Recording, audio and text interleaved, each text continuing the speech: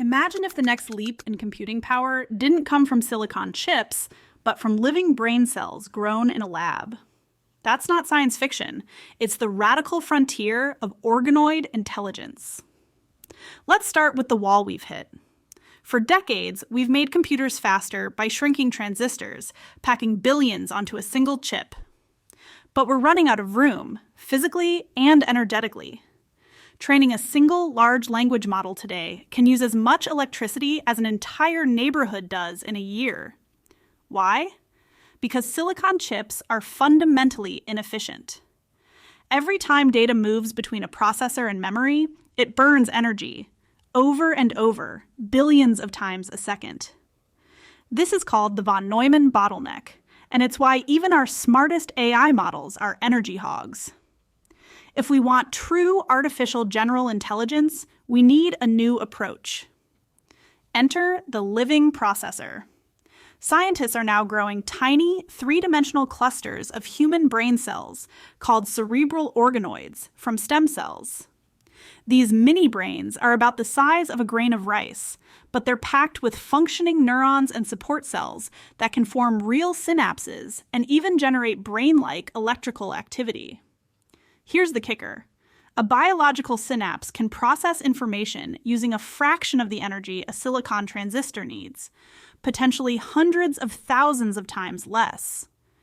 And because each organoid is both processor and memory, it sidesteps the data shuttling flaw of traditional computers. Researchers have already taught organoids to play simple games like Pong, using electrical signals to stimulate learning and memory.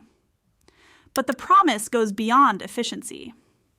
Imagine using a patient's own cells to grow a personalized brain model, testing drugs for Alzheimer's or epilepsy on their digital twin before ever touching the patient. That's the power of biocomputing. But with this power comes a new set of questions.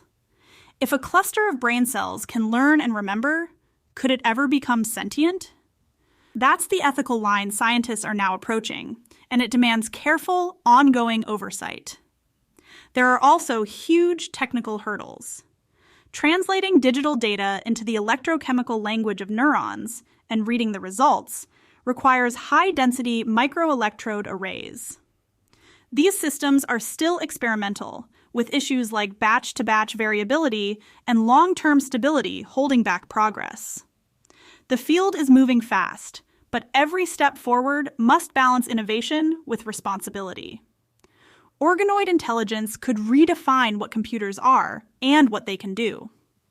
But as we move from hardware to wetware, the real challenge isn't just technical. It's making sure we don't lose our moral compass along the way.